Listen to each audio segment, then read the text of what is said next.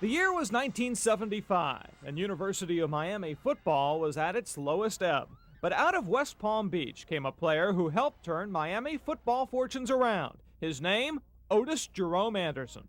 Jim Martz covered the Hurricanes for the Miami Herald. When Ottis signed with Miami, that was a big surprise because in those days the Hurricanes were only signing leftovers. He'd been averaging about 7 yards a carry up at West Palm Beach Forest Hill. And this is the kind of player that Miami needed to turn things around. OJ showed flashes of greatness in his first 2 seasons, but it wasn't until 1977 that Anderson's career really took off when coach Lou Saban arrived on the scene. OJ didn't like to work too much. He didn't seem to want to put himself out. If he had to run 100 yards, he'd run 98. And we pushed him quite hard because he had a lot of natural talent. He could catch the ball, he could run, he was big, he was strong.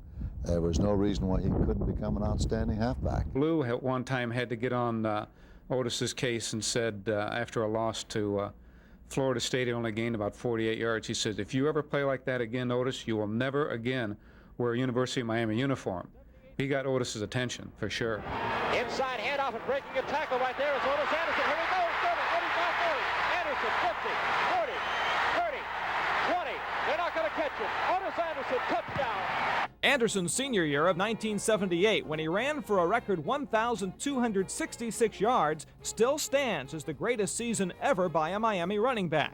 But it's the individual moments that stand out, like the Auburn game, when Miami trailed late in the fourth quarter with the ball deep in its own territory. Auburn was ranked about 18th in the country, and Miami wasn't supposed to have a prayer.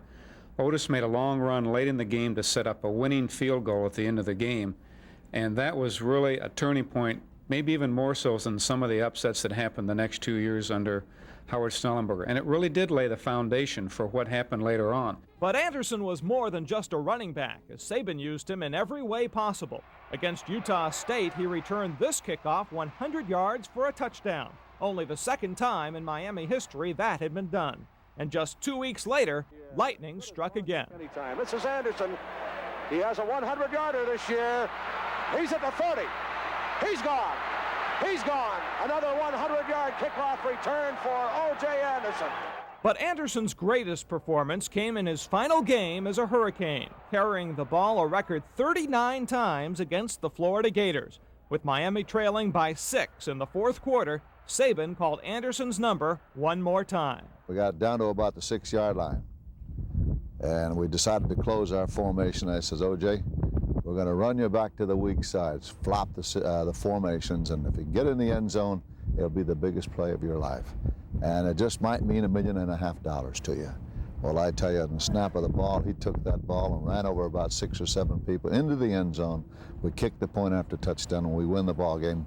I think it was in 22-21, which in turn not only turned his entire life around, but in turn turned the entire program at the University of Miami around. Since then, OJ's gone on to have a spectacular NFL career with the St. Louis Cardinals and the New York Giants, a career which still continues on.